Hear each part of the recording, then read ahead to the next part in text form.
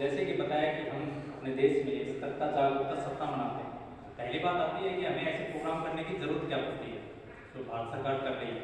तो इस बार आप सभी जानते हैं कि हमारा 75वां साल चल रहा है स्वतंत्रता का। तो जिसका कि इस बार का जो थीम रखा है वो है कि जो हमारे 75 साल हो गए हैं स्वतंत्र हुए, तो अब जो आगे बढ़ना है, हम 100 तक पहुंचेंगे तो अगले 25 साल कैसे जाना है। तो जो पीछे 75 साल रहे हैं उनमें जो मुख्य मुद्दा रहा है जिसकी वजह से हमें ये सतर्कता जागरूकता करना पड़ रहा है, ये प्रोग्राम करने पड़ रहे हैं, वो हम सभी को पता है करप्शन एक मेजर अपने देश के अंदर है। और ये हर स्केल पे है, सोसाइटी के अंदर देख लो आप, कहीं और जाके पॉलिटिकल उसमें देख लो, इंडस्ट्री कहीं भी किसी भी ऑर्गेनाइजेशन में देखो, गवर्नमेंट ऑर्गेनाइजेशन। तो इसको अगर खत्म करना है तो इसके दो माध्यम हैं। एक माध्यम है कि अगर हमारा जो कंट्री है वो करप्शन फ्री हो जाए इंडिविजुअल लेवल पे, ठीक है। जैसे विदेश में आप देखोगे वहाँ पे इस तरह की चीज़ें आपको नहीं मिलेंगी, क्योंकि जो इंडिविजुअल है अपने जो बंदा खुद है वो समझता है कि आप मेरी ये रिस्पॉन्सिबिलिटी है, मुझे ऐसा नहीं करना। अब जैसे कि खन्ना सर ने बताया कि आपके कोई आवास योजना है, अगर वो आवास योजना को करने वाले लोग जितने भी हमारे कर्मचारी हैं, अगर वो खुद ये अपनी रिस्पॉन्सिबिलिटी मानते हैं कि भाई हमें ये चीज़ अच्छे से करनी है और इसके अंदर जो हमें पैसा मिला है उनका पहले से रहता है कि आपका इतना पैसा आपको मिल जाएगा काम करने के ऊपर, तो अगर वो मानते हैं कि हाँ ये हमारे लिए काफ़ी है और हमें कोई करप्शन नहीं करना, तो हमें इन चीज़ों की जरूरत नहीं पड़ेगी। लेकिन ये इसकी जड़ें हमारे देश में बहुत गहरी हैं, तो इसीलिए इसका दूसरा जो अल्टरनेट है कि इसको करप्शन को कैसे खत्म किया जाए वो है टेक्नोलॉजी का। तो जो सरकार का इस साल का जो इसका थीम है कि सेल्फ रिलायंस इंडिया, आत्मनिर्भर भारत विद इंटीग्रिटी, सच्चाई और सत्यनिष्ठा। तो उनका एक फोकस तो ये है कि हम अपने घर में, अपने परिवार में, स्कूल में सभी अपने बच्चों को, इनको जो युवा हैं उनको इस बारे में बताएं कि भाई क्योंकि हमारे संस्कार बहुत अच्छे रहे हैं, पहले हम देखें तो सच्चाई सत्यनिष्ठा की बात करें हमारे देश से अच्छा कहीं नहीं है, लेकिन जो पिछले 75 साल में जो हुआ है आज़ादी के बाद उसकी वजह से कहीं से बिगड़ गए हैं। तो इसमें अब ये है कि एक तो हम अपने बच्चों को, इनको सबको इंटीग्रेटी सत्यनिष्ठा सच्चाई के बारे में, ईमानदारी के बारे में बताएं, ताकि जो आने वाली 15 साल बाद, 20 साल बाद जो जनरेशन है, जब वो ऑफिसर आज से 25 साल बाद कहीं पे किसी भी गवर्नमेंट विभाग में बैठेंगे तो वो ऐसे ना रहे कि यहाँ पे हमें ऐसी चीज़ें करने की जरूरत है। दूसरे वाला इसमें है रोल ऑफ टेक्नोलॉजी, जैसे खन्ना सर ने बताया कि अब वो चीज़ तो 25 साल बाद होगी, अगर आज हम अपने बच्चों को सिखाना शुरू करते हैं 15 साल 20 साल में धीरे धीरे कल्चर में आएगा। आप आज तो सीधा नहीं कह सकते कि करप्शन खत्म कर देंगे। तो भारत सरकार जो कर रही है वो क्या कर रही है कि अभी हम टेक्नोलॉजी को यूज करके कैसे इसको कम किया जा सके, कम से कम किया जा सके और धीरे धीरे खत्म किया जा सके। तो दोनों चल रहे हैं साथ में कि समाज के अंदर सत्यनिष्ठा सच्चाई लाना और साथ साथ में टेक्नोलॉजी। सो उसमें जैसे खन्ना सर ने बताया एक है ई पेमेंट का, ई प्रोक्योरमेंट का। सो मैं आपको टेक्नोलॉजी के बारे में कुछ बताना चाहता हूँ। सो आजकल के जैसे जितने भी हमारे युवा साथी हैं, जैसे मैं इधर भी देख रहा हूँ, सबके पास ये स्मार्टफोन है और लगभग अगर बड़े लोग यूज नहीं करते तो घर में एक बच्चे के पास तो एक फोन मिल जाएगा, स्मार्टफोन है जिसमें कि सारे के सारे फीचर हैं। सो उसमें जैसे आप गांव के लेवल पे क्या कर सकते हैं अपने लेवल पे कि जो भी आपके गांव की स्कीम्स आती हैं, आप एक गांव का जो भी 50 लोग हैं, 20 लोग हैं, जो मुख्य, वो अपना एक व्हाट्सएप ग्रुप बना सकते हैं और आप जो भी मुखिया है जो भी है उनको बोलिए कि आप जो भी स्कीम आएगी वो यहाँ पे लिखिए। बहुत सी बार हमने देखा है ऐसा है कि स्कीम आई, ये रोड बनेगा और रोड पेपर में बन जाता है, पेमेंट हो जाता है, लेकिन रोड नहीं है। कारण क्या है, हमें उसकी जानकारी नहीं है कि इसका ये आया। तो एक चीज ये कर सकते हैं कि आप सबको बोलिए कि हाँ ये गांव का व्हाट्सएप ग्रुप है, ये 50 लोग इससे जुड़े हैं, आप जो भी स्कीम आ रही है, जो भी आपका ब्लॉक डेवलपमेंट ऑफिसर है वो उस पर डाल दे, ताकि सबको ये रहे कि इस चीज के लिए गाँव में पैसा है। अब उसमें से कितने % काम होगा वो दूसरी चीज है, लेकिन वो काम तो होना चाहिए। तो एक इस टाइप की टेक्नोलॉजी यूज कर सकते हैं। दूसरा वाला जो सबसे महत्वपूर्ण है ये है कि आजकल भारत सरकार ने कंपल्सरी किया हुआ है कि आपकी जितनी भी स्कीम है, जो भी गवर्नमेंट की आती है और जो भी आपका डिस्ट्रिक्ट करना चाहता है, वो डिस्ट्रिक्ट की वेबसाइट है, झुंझुनू, चूरू, इनकी अलग अलग वेबसाइट है, वो उसके ऊपर डालते हैं कि अभी हम इस गांव की इस रोड का टेंडर निकालते हैं। सो जो भी एक्टिव अब इसमें है युवाओं को आगे आना पड़ेगा, तो वो लोग वेबसाइट को देख सकते हैं। जैसे कि वैसे जो व्हाट्सएप लिंक है उसमें सारा प्योर मिल्क नहीं है।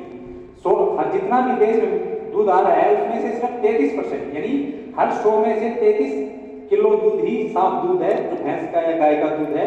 बाकी 67 किलो दूध हर 100 में से वो मिलावटी दूध और उसमें पूरी मिलावट है। और ये मिलावट खन्ना सर ने जैसे बताया अलग अलग लेवल पे, आपको पता भी नहीं चलेगा।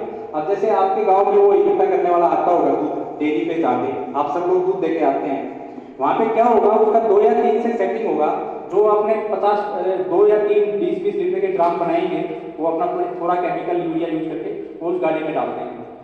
अब वो बाद में मार्केट में आके जा सभी को रहा है, तो वो हमारे गांव के लेवल पे नहीं हो रहा, वो हमारे गांव से बाहर कुछ लोग कर रहे हैं, लेकिन वो ओवरऑल सोसाइटी में है तो करप्शन, और उसका पूरा चार्ज कर रहे हैं।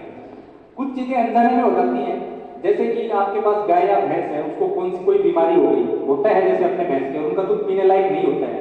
कई बार वो देखने से पता चल जाता है कि हाँ इसमें कुछ दाने आ रहे हैं या नहीं, बहुत सी बार पता नहीं चलता। सो ये डिफरेंट जो डिजीज हैं, अब हम वो दूध अपना डेयरी पे लेके आते हैं, वो उसको डलवाते हैं, फिर कोई लेने आया उसको आगे दे देते हैं, और वो जो लेके गया उसने पूरा पेमेंट किया, लेकिन उसको पता नहीं है। सो जो खन्ना सर जो बता रहे थे जो टेक्नोलॉजी, उसमें ये भी है कि जब डेयरी पे जो दूध देने आता है, तो उसमें ना केवल वो ये बताएगा कि इसमें इतनी फैट है, साथ साथ में ये भी बताएगा कि ये दूध पीने लायक है कि नहीं है, और इसमें ये चीजें इतनी मात्रा में। तो उस टेक्नोलॉजी का ये फायदा है कि वो आपके स्टार्टिंग पॉइंट से, जहाँ पे गाँव में दूध कलेक्शन होता है वहाँ से स्टार्ट होती है, वहाँ पे दूध की क्वालिटी चेक होती है, फिर आपका जो कलेक्शन यूनिट है वो पूरा सील है, उसमें बीच में मिलावट हुई कि नहीं उसमें चेक होता है, और फिर लास्ट लेवल पे जाता है। तो ये अभी लगभग 3000 के आसपास मशीनें लगा दी गई हैं राजस्थान इलेक्ट्रॉनिक्स लिमिटेड द्वारा, और अभी गांव में आने वाली है नेक्स्ट लेवल। अभी डेयरीज में इस लेवल पे लगाई है कि डेयरी में जो दूध जा रहा है वो प्योर है। अब इसी कड़ी में जैसे एक और इम्पोर्टेंट है, जैसे आपके अलग अलग ग्रामीण विकास योजनाएं चलती है, तो जैसे कुछ लोगों को कार्य देने के लिए भारत सरकार की अलग योजनाएं हैं कि आप जाइए वहाँ पे काम करिए और आपको दिन के हिसाब से पैसे मिल जाएंगे, जैसे 300 रुपये दिन का है, 400 रुपये दिन का है। अब बहुत से लोग क्या करते हैं, जैसे वो मेरे को अपने राशन कार्ड के बेस पे स्कीम मिली, मैं वहाँ जाके काम करना चाहिए, मैं क्या करूँगा, मेरे को 300 रुपये मिल रहे हैं, मेरी बात हो गई, मेरे जो भी वहाँ पे पैसे बांटने वाला है, यार तुम मेरे को 250 दे देना, और मैं नहीं आऊँगा, कोई गाँव का एक और है जिसको कि वो नौकरी चीज़ नहीं मिल रही, उसको बेच दूंगा। अब मैं क्या करता हूँ, 250 रुपये खुद लेता हूँ, 100 रुपये उसको दे देता हूँ, तो 150 रुपये मैं ले रहा हूँ बिना कोई काम किए। ये बहुत से स्कूलों में भी ऐसा इस लेवल पे होता है, जैसे कि आपके कोई कलरक है, जैसे कोई पीएन है, चपरासी है, उसने वो नौकरी ज्वाइन कर ली, प्रिंसिपल से बात कर ली, सर आप मेरी अटेंडेंस लगा देना, कोई ऊपर से ऑफिसर आए तो मुझे बता देना कि मैं उस टाइम आ जाऊंगा, बाकी मेरी जगह कोई 1-2 हज़ार 5,000 रुपये में लड़का रख दिया, क्योंकि भाई उसकी मजबूरी है, उसके पास अभी है नहीं रिसोर्स। तो ये बहुत चल रहा है। तो हम लोगों ने इसी कड़ी में क्या प्रयास किया है, जिसको कि अभी हमने ऑफिस में लगाया है, अब इसको गाँव के लेवल पे लगाने के, जैसे आपके सीसीटीवी कैमरा लगे हुए हैं, ठीक है, अब ये कैमरा लगाया है तो आपको ये पता है कि यहाँ कितने लोग आए, लेकिन आपको ये जानना है कि सीरी से मैं आया था नहीं आया था 1 महीने बाद, तो आपको क्या करना पड़ेगा, वो वीडियो देखने पड़ेगी। हम लोगों ने क्या किया है कि आपका जो भी ऑफिस है, चाहे स्कूल हो, चाहे कोई गवर्नमेंट ऑफिस हो, चाहे आपका ये कलेक्ट्रेट ऑफिस हो, उसमें जो आपका मेन गेट है उस पर एक कैमरा लगा हुआ है। अच्छा, इसमें कुछ नहीं करना, आप जैसे ही आगे से निकलेंगे वो आपके चेहरे का आपको पता भी नहीं चलेगा, उस टाइम में वो आपका फोटो ले लेगा और आपका अटेंडेंस मार्क हो जाएगा। तो अब इसमें ये नहीं हो सकता, क्योंकि जो मेरा गवर्नमेंट रिकॉर्ड है उसमें मेरा फोटो है, सब कुछ है, तो ये नहीं हो सकता कि संजय सिंह आया नहीं, संजय सिंह की जगह रमेश बोरा जी आए थे, वो काम करके गए थे और पेमेंट संजय सिंह को चलाते थे। तो इस टेक्नोलॉजी का मेन पर्पज यही था, इसमें पारदर्शिता लाना, कि जो लोग आए हैं उन्हीं को पेमेंट हो, और जितने समय के लिए आए हैं उन्हीं को पेमेंट हो। इसमें सबसे बड़ा मुद्दा क्या है कि आपका जैसे गाँव में आप नाली साफ करने के लिए कुछ 15 लोग रखे, आप देखेंगे 3 या 4 लोग काम कर रहे हैं, बहुत सी जगह होता है, मैं इस गाँव के लिए नहीं कह रहा, लेकिन हमारे देश की प्रॉब्लम बता रहा हूं मैं, जिसके लिए हमें करना पड़ रहा है। सो अब 4 लोग साफ कर रहे हैं, 15 का पेमेंट हो रहा है, वो जो 5 लोग हैं वो किसी के जानकार हैं, वीडियो ने बोला था उसने रख दिया, उसने रख दिया। तो इसमें क्लियर है कि आपकी ग्राम पंचायत में सुबह वो लोग वहां पे आए थे या नहीं आए थे। होता क्या है कि वो कहीं और नौकरी कर रहे हैं, यहाँ से भी पैसे ले रहे हैं, कहीं प्राइवेट कंपनी में काम कर रहे हैं, तो वो वहां पे होंगे, गाँव में होंगे, तो ही उनको पेमेंट होगा या नहीं होगा। तो इस टाइप की अलग अलग टेक्नोलॉजी है जिनका यूज कर सकते हैं। सो अभी देश में मेन यही है कि आने वाले 25 साल में हम अपने बच्चों को, जो युवा हैं, उनको सिखाएं कि हमें सत्यनिष्ठा और ये सब ईमानदारी के साथ जिंदगी जीनी चाहिए, ताकि 25 साल बाद हमें इस टाइप की फोर्स करने की जरूरत ना पड़े। क्योंकि फोर्स ही हो रहा है ना मेरे को कि मैंने फोटो देख के मुझे बताया जा रहा है। क्यों बताया जा रहा है? क्योंकि मैं ईमानदार नहीं हूँ। तो क्यों ना हम अपनी जनरेशन ही ऐसी बनाए जिसमें किन चीजों की जरूरत ना पड़े। लेकिन जब तक वो नहीं बनती है तब तक हम इन टेक्नोलॉजीज का यूज करके इस टाइप से आगे बढ़ सकते हैं। सो अब मैं इन्हीं शब्दों के साथ रमेश बोरा जी को बोलूंगा कि अपने आगे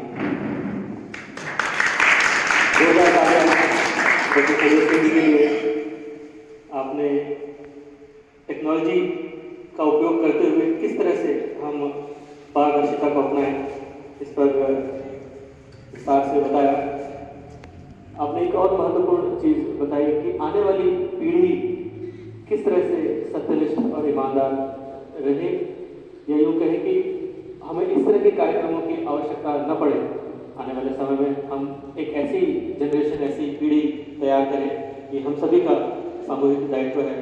युवा हमारे साथ हैं, प्रौढ़ भी हैं, कुछ बुजुर्ग भी हमारे बीच बैठे हैं।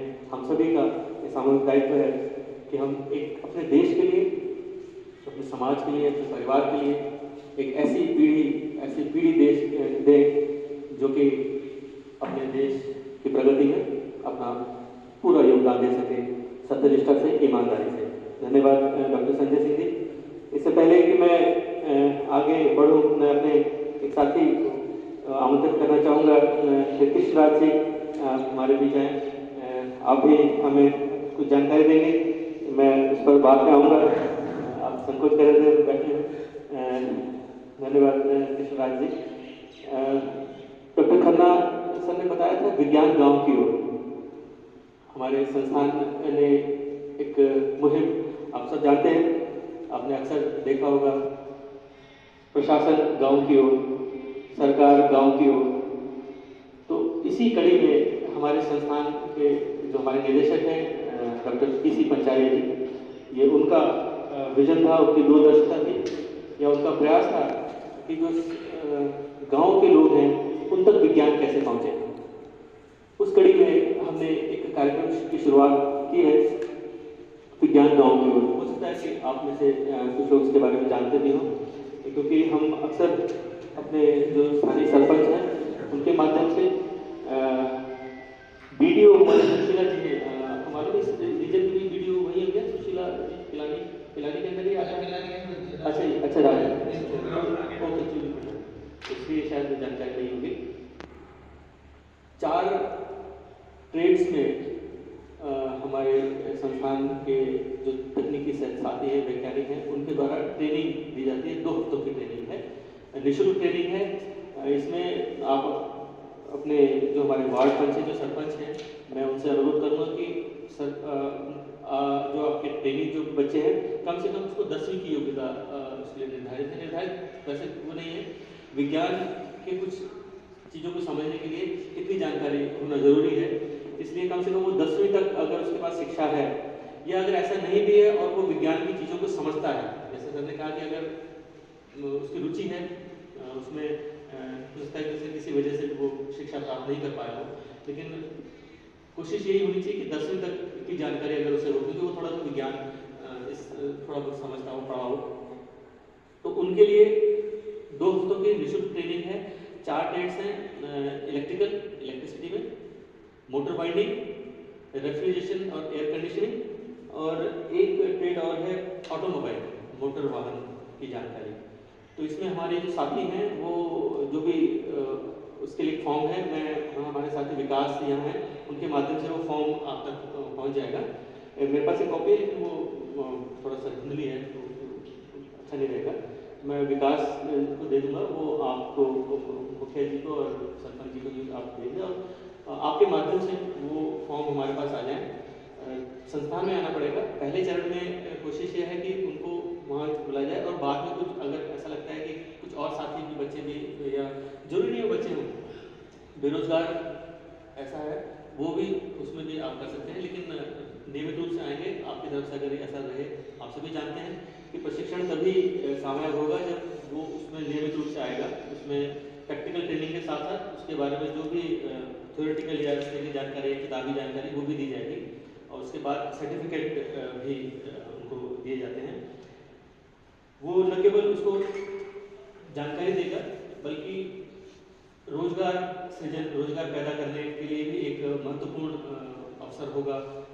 हम ये नहीं कहते कि वो 10 दिन के अंदर या 15 दिन के अंदर उसे पूरी जानकारी हो जाएगी, लेकिन एक इस तरह का इतनी जानकारी जरूर हो जाएगी कि वो उसकी रुचि जागृत हो, और उसके बाद किसी भी मिस्त्री के साथ बैठकर या किसी जानकार के साथ बैठकर कुछ दिन और वहाँ लेके अपना कहें कि और थोड़ा सा उसमें वो हो जाए, तैयार हो जाए, तो अपनी दुकान भी खोल सकता है, या किसी के साथ वो काम कर सकता है। तो ये रोजगार पैदा करने की दिशा में एक महत्वपूर्ण कदम है संस्थान की ओर से। तो मैं चाहूँगा कि निदेशक महोदय की तरफ से हम चाहते हैं कि आपके माध्यम, आपके यहाँ से भी हमें वो ट्रेनिंग के लिए कैंडिडेट्स मिले, ताकि वो उनको आना पड़ेगा, नज़दीक है, सीधी ज़्यादा दूर तो नहीं है। बारे में और किसी को अगर विज्ञान गांव की ओर के बारे में कुछ और पूछना हो तो मैं और बता सकता हूँ। मेरे पास ये जानकारी थी, जैसे मैंने बताया कि 15 दिन 2 हफ्ते की ट्रेनिंग है, वो सर्टिफिकेट है, निःशुल्क है कोई ट्रेनिंग। 4 ट्रेड्स हैं, इलेक्ट्रिसिटी, मोटर बाइंडिंग, रेफ्रिजरेशन और एयर कंडीशनिंग और ऑटोमोबाइल या वाहन। तो इन 4 ट्रेड्स में संस्थान में ये ट्रेनिंग दी जाती है अभी। और पहले चरण में संस्थान में ही है, फिर थोड़ा सा समय बाद जब ये कोविड का माहौल और थोड़ा ठीक हो जाएगा तो प्लानिंग ये भी है कि गांव में जाकर भी वो ट्रेनिंग दी जाए, लेकिन वो उसमें भी समय लग सकता है। तो अभी पहले चरण में आप सभी अपने वार्ड पंच हैं या मुखिया जी हैं या सरपंच जी हैं, उनके माध्यम से आप संस्थान में अपने उन फॉर्म्स के साथ आप आएँ, फॉर्म भिजवा दें तो फॉर्म में विकास से मिल जाएंगे आपको। ठीक है, तो उसमें तो अब उम्र का वो नहीं है, उम्र का कोई बंधन नहीं है, बस उसकी रुचि हो।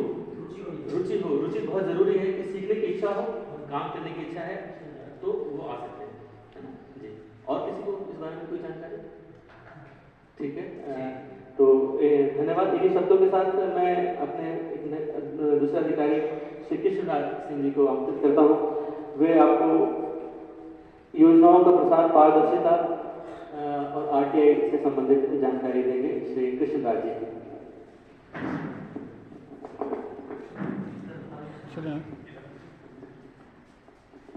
धन्यवाद सर। मैं स्वयं एक ग्रामीण पृष्ठभूमि से ताल्लुक रखता हूँ।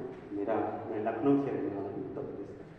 हमारे गांव में कहावत है कि जहाँ धूप आती है वहाँ न कोई कीड़े मकोड़े पनपते हैं और न ही फंगस फफूंद लगती है, क्योंकि वो जगह जहाँ धूप आती है वो क्लियर रहती है, मतलब एकदम साफ सुथरी रहती है। धूप आने से मतलब है जो खुली है, खुली का मतलब पारदर्शी की जगह है, जिसे कोई भी देख सकता है, कोई भी जान सकता है, कोई भी जा सकता है।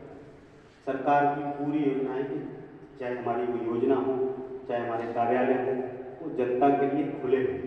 बंद और ढकी चीज़ें रहती, उन्हीं में सब गंदगी पैदा होती है। तो पूरा प्रयास है सरकार का। ये सतर्कता जागरूकता सप्ताह भी उसी की देन है। सब चीज़ें खुली और पारदर्शी। जहाँ बंद हुई व्यवस्थाएं वही भ्रष्टाचार। कोई कोठरी जो बंद गाँव से दूर, तो समझ ली वहाँ कुछ जुआ, शराबबाजी, कुछ न कुछ चल रहा है। मतलब जो ढकी रहती, खुला मैदान है, यहाँ कुछ नहीं हुआ, धूप है, खुला है।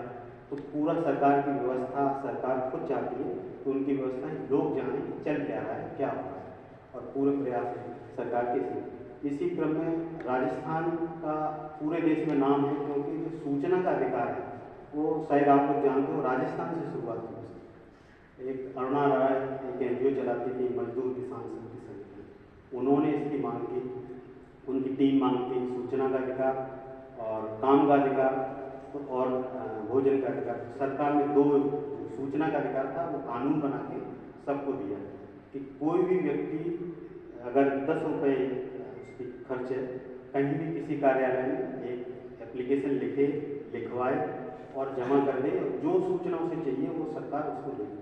अगर वो BPL कार्ड वाला है व्यक्ति, अगर उसके पास गरीबी रेखा से नीचे वाला व्यक्ति, तो उसे 10 रुपये देने की जरूरत नहीं, और जो सरकार जो सूचना देगी ना उसकी फीस देगी, नहीं तो 2 रुपये प्रति पेज के हिसाब से सरकार पैसे देगी।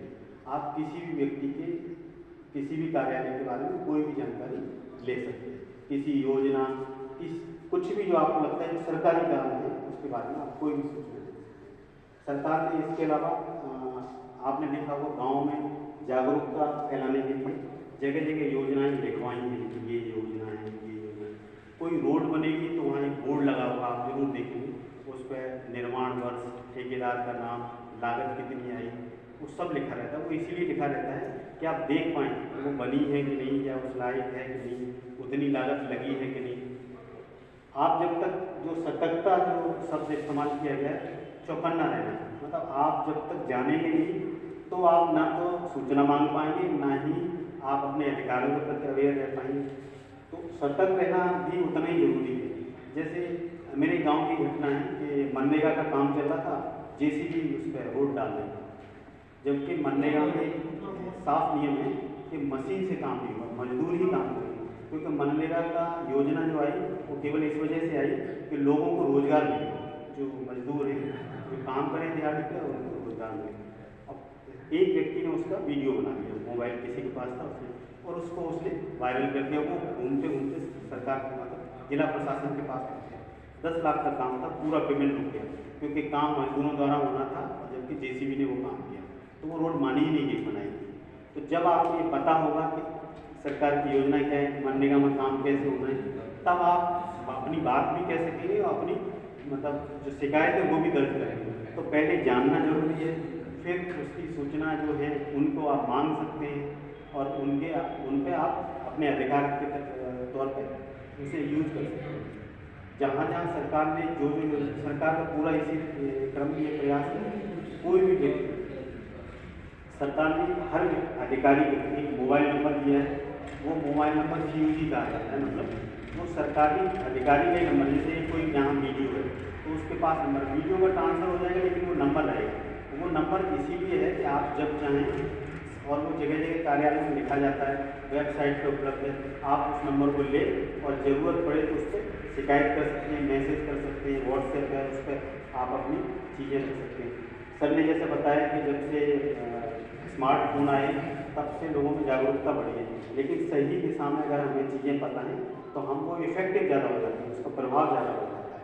अदरवाइज हम 20 काम करते हैं तब एक जाके सफल होता है, कई बार हताशा होने लगती है कि देखो हमने लगातार शिकायतें की, कुछ हुआ नहीं। तो पता होना चाहिए कि नियम का उल्लंघन कहाँ हुआ, शिकायत कहाँ करनी है।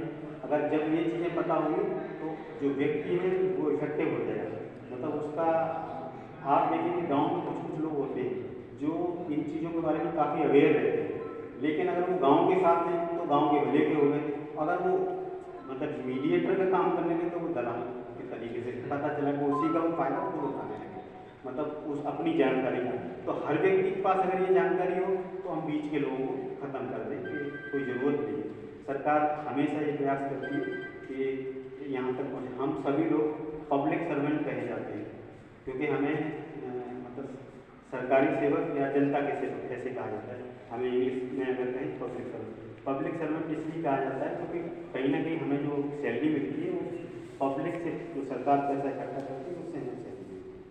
तो वो गांव में जैसे एक पुलिस का थाना बनाया गया, थाना इसलिए बनाया गया कि जैसे गाँव में कुछ शैतान किस्म के लोग हैं जो चाहते हैं, हाँ गाँव का व्यक्ति उससे नहीं लड़ सकता, ना लड़ना चाहता है, तो उसकी फितरत नहीं। तो उसको फिर ये किया गया क्योंकि हमने एक व्यवस्था बनाई कि सरकार ने एक गांव के लोगों ने ऐसे मानी कि लोगों ने पैसे इकट्ठे करके सरकार बनाई, मतलब सरकार को चुना, सरकार ने लोगों से पैसे लिए और एक ढांचा खड़ा किया थाना, और उसमें लोग रखे, वो एग्जैक्टली आम आदमी के पैसे से पेमेंट हो रहा है उनको, तो वो इसलिए उनकी सेवा में हैं। और व्यक्ति के हितों को देखना और ऐसे लोगों के खिलाफ खड़ा होना वो उनका काम है। तो हमें ये पता होना चाहिए कि ये सब हमारी जो सर्विस है, जो हमारी सेवा में है, लेकिन आपको तभी ये सर्विस मिल पाएगी जब आप सही ट्रैक पे सही तरीके से उन्हें अप्रोच करेंगे। अगर गलत तरीके से अप्रोच करेंगे तो वो आपको फैसिलिटी आप अवेल नहीं कर पाएंगे। तो हम सब लोग जो यहाँ आए, हमारे खन्ना सर, बोरा सर और हमारे संजय सर ने जो बातें की, वो उनका सबका मकसद ये है कि कहीं भी जब आप जागरूक होते हैं तो आपका वो कॉन्फिडेंस लेवल भी अलग तरीके से होता है, आपको लगता है कि हाँ आपको आता है, फिर आप किसी के भी सामने खड़े होकर बात करते हैं अपने अधिकार, क्योंकि आपको पता है जो आप कह रहे हैं सही कह रहे हैं। तो इन्हीं चीज़ों को, जो चीज़ें बताई गई उनको आप आत्मसात करें और उन्हें दिन प्रतिदिन के अपने व्यवहार में लाएँ, और जहाँ जहाँ समस्याएं हैं उनका निराकरण खुद से करने की कोशिश करें।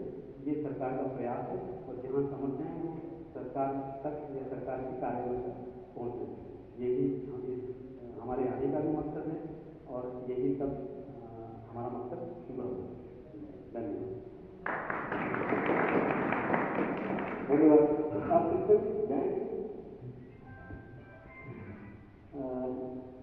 कांग्रेस के हमारे अधिकारी, धन्यवाद कृष्णा जी। आपने बहुत ही सरल शब्दों में उदाहरण के साथ चीज़ें बताई कि इस तरह से आपको जागरूक रहकर, शिक्षित रहकर, सतर्क रहना, अपने अधिकारों के प्रति आप जागरूक हों। और वो जागरूक कैसे हो पाएंगे? यदि आपकी जानकारी हो। जानकारी कैसे होगी? जानकारी विभिन्न माध्यमों से आज का जो दौर इंफॉर्मेशन टेक्नोलॉजी से सूचना प्रौद्योगिकी कहते हैं, आपके पास जैसे संजय जी ने उन्होंने बताया, शिवराज जी ने, स्मार्टफोन में कुछ लोगों को आसानी से उस चीज़ के अंदर जाते हैं।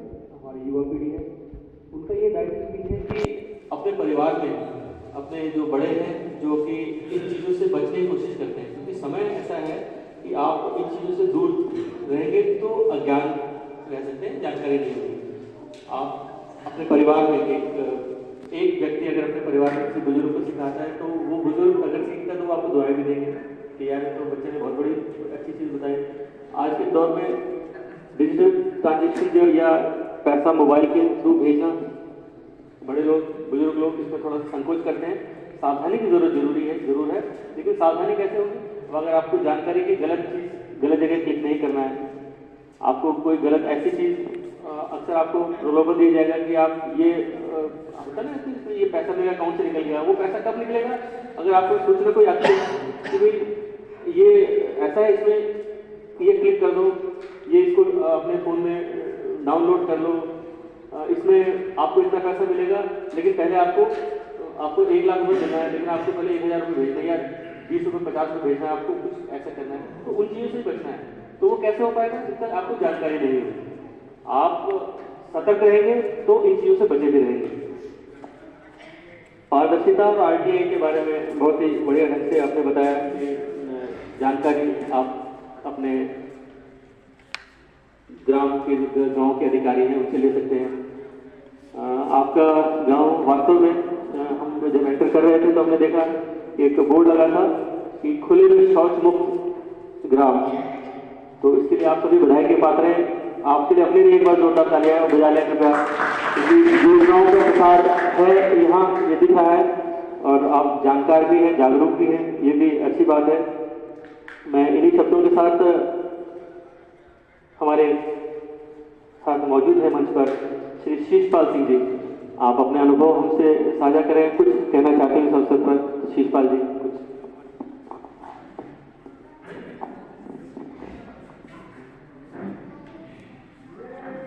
सिरी से आए मेहमान काम से पहले भैया इन्होंने जो बताया है कि जागरूकता और भ्रष्टाचार रहेंगे तो लोग वैसे ही खा जाएंगे खाली। यदि जागोगे नहीं तो राजनीति खोल देंगे और थोड़ा मन तो खाई तो जागरूकता आदमी मन चुस्त है सलाह करे थोड़ा वो क्यों तो करेगा करे वो तो मटा ठीक है। सीधो तो वो बड़े बड़े पहले तो आड़ोस पड़ोस में बुझो कहते हैं कर थोड़ा थोड़ा ठीक है। ये आए हैं उन्होंने बताया, इनका बड़ा बड़ा धन्यवाद। और जो भाई जो जानो था श्री के माँ वो जो विकास अपना जो फार्म जाओ वो फार्म भर के दे दियो उसके उन्हें बड़े मिली जाते गए मिल गया तो कोई डॉक्टर हैं बड़ा सेट हो जाए तो बहुत बढ़िया बात। क्यों बात कोई पीछा तो ले नहीं बताऊँगा भाई, फिर ही बताऊँगा। गाना आना को है वो कोई संपर्क कर लेते हैं उनकी मैंने स्वयं 28 लाख की 1% चले जाए तो वो सिखाऊंगा तो फिर बड़ा कोई दुकान वाला रहा लेने में मोटर बाने नहीं मार नहीं को कुआड़ा में चल जाने पर का दूर से लूँगा काम तो पाल जाओ तो इनको बड़ी मेहरबानी था।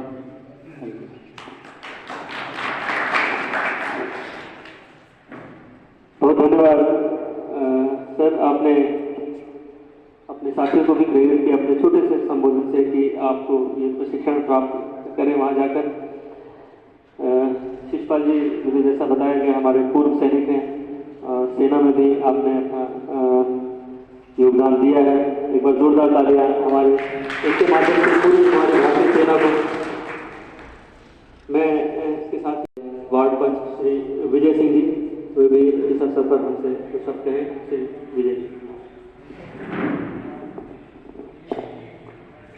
से आए हुए श्री से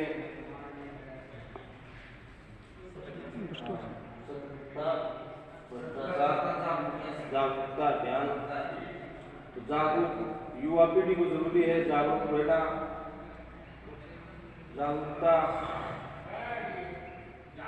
के अंदर सभी काम जागरूक होकर के करना चाहिए। किसी से किसी भी प्रकार का कोई लेन देन हो वो भी जागरूकता से करना चाहिए। या फोन मोबाइल, फोन पे, गूगल पे या किसी बैंक के द्वारा अगर लेन देन करोगे तो उसमें कोई दिक्कत नहीं होगी। और हमारे साहब ने बताया है कि जब कोई लड़का इसमें प्रशिक्षण लेना चाहता है, चाहे वो अनपढ़ हो, 8 या 5वीं पास 10वीं तक हो, तो वो प्रशिक्षण ले सकता है। 7 दिन का, 10 दिन का, 15 दिन का, उसको उसकी सर्टिफिकेट मिलेगी। ठीक है, धन्यवाद विजय जी।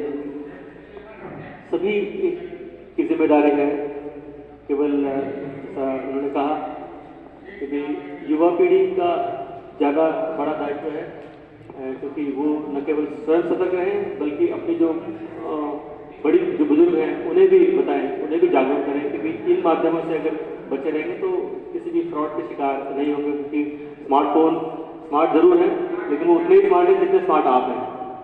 यदि आपने थोड़ी सी भूल की तो उसका नुकसान भी हो सकता है। वो जानकारी आप अपने साथियों को, अपने बुजुर्गों को, दूसरे लोगों को दें।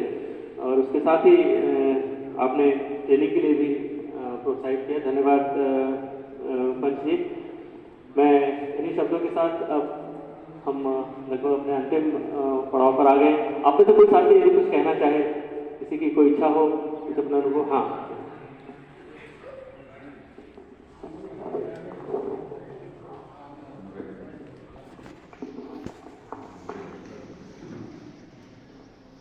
खिलाड़ी से ये जो टीम पधारी CSI की श्री की, और इतनी टेक्नोलॉजी यूजेज से भ्रष्टाचार कम करना, या सरल भाषा में सीधा सीधा जैसे डॉक्टर साहब ने इन्होंने बताया, सारी चीज़ें गांव वाले को बताई। यहाँ पधारने का कष्ट किया, हम सब लोगों को जागरूक करने का काम कर रहे हैं। इनको बहुत बहुत धन्यवाद पूरी टीम को। और एक हमारा जो बच्चा है विकास, उसको भी बहुत बहुत धन्यवाद, जिसने ये गांव में इस चीज़ का जिक्र किया। ये बात सरपंच, वार्ड पंच, गांव, पूरे गांव में ग्रुप में पहुंची और आज हम सब लोग इकट्ठे हुए। धन्यवाद। गांव से जो पधारे हैं, अपना कीमती समय निकाल के, खेतों में काम चल रहा है इस टाइम किसी को नहीं है, लेकिन फिर भी अपना कीमती समय निकाल के ये जानकारी लेने के लिए या सुनने के लिए पधारे हैं। इन ग्रामीणों का भी बहुत बहुत धन्यवाद। धन्यवाद सर। वास्तव में संपर्क सूत्र जो थे हमारे विकास के थे, जिन्होंने अपने सरपंच से और आप लोगों से संपर्क करके यहाँ ये व्यवस्था करवाई। मैं धन्यवाद देता हूँ आपको भी, और आपका विशेष धन्यवाद, आपने ये जिक्र किया। और आपका भी, जो कि आप यहाँ अपना समय निकाल कर कितने व्यस्त, हम जानते हैं कि खेती में सभी लोग व्यस्त हैं, समय आप खेतों में व्यस्त हैं, उसके बावजूद भी आप यहाँ पहुँचे, धन्यवाद। ये तो एक धन्यवाद ज्ञापन तो आपने शुरू कर ही दिया है, लेकिन औपचारिक रूप से मैं धन्यवाद ज्ञापित करने के लिए हमारे प्रशासनिक अधिकारी श्री विनोद कुमार जी को आमंत्रित करता हूँ। श्री विनोद। नमस्कार जी, मेरा नाम विनोद कुमार, प्रशासनिक अधिकारी श्री पिलानी। आपने संस्थान सुना होगा या देखा होगा, तो भारत सरकार के जितने भी डिपार्टमेंट हैं उनके अनुसार विजिलेंस टीम बनाई जाती है, और जो सल्तनत का जागरूकता पर अपना प्रकाश डालती है, सभी को समझाती है। जैसे हमारे डॉक्टर पी के खन्ना जी ने बहुत ही संक्षेप में और बहुत ही अच्छे तरीके से आपको समझाया, तो उम्मीद है कि आपको समझ आया होगा। डिजिटल बोर्ड के बारे में बताया, जागरूकता के बारे में बताया, पारदर्शिता कैसे रखेंगे डिजिटल बोर्ड में, आपको सारा तो खन्ना जी के लिए बहुत बहुत धन्यवाद। फिर हमारे डॉक्टर संजय जी ने बताया आपको कि वहाँ पे FRS लगाई है, उससे सभी जो कर्मचारी है उनका रिकॉर्ड रहता है, टाइम से आना, टाइम से जाना, और कितने पुराना रिकॉर्ड है वो मिल। धन्यवाद। फिर हमारे कृष्णदास जी हैं, उन्होंने अच्छा आपको बताया सूचना का अधिकार, उससे आप अपनी जो कोई जानकारी नहीं पता है तो आप वो अपनी जानकारी वहाँ से प्राप्त कर सकते हैं। हमारे कार्यकर्ता जी ने अच्छा बताया, उन्होंने अच्छा कहा। तो उसका क्यों ना उपयोग किया जाए। तो आप उसका भी उपयोग लें और उनसे जानकारी प्राप्त करें, तो जिससे आपको आगे जानकारी मिले कि उसका यूज करें। और सबसे बड़ी बात उन्होंने कही कि भाई सब खेतों में बिजी हैं, अपना टाइम निकाल के यहाँ पर आए हैं, हमें टाइम दिया, तो आप सबका बहुत बहुत धन्यवाद कि आपने हमारा जो कार्यक्रम था उस कार्यक्रम को सफल बनाया। और मैं ज़्यादा नहीं बोलूँगा, मैं इतना ही कि आप सभी का बहुत बहुत धन्यवाद। धन्यवाद विरोध सर। जैसा मैंने शुरुआत में कहा था कि सतर्कता जागरूकता सप्ताह जो मनाया जाता है वो सरदार वल्लभ भाई पटेल के जन्म दिवस के उपलक्ष्य में मनाया जाता है।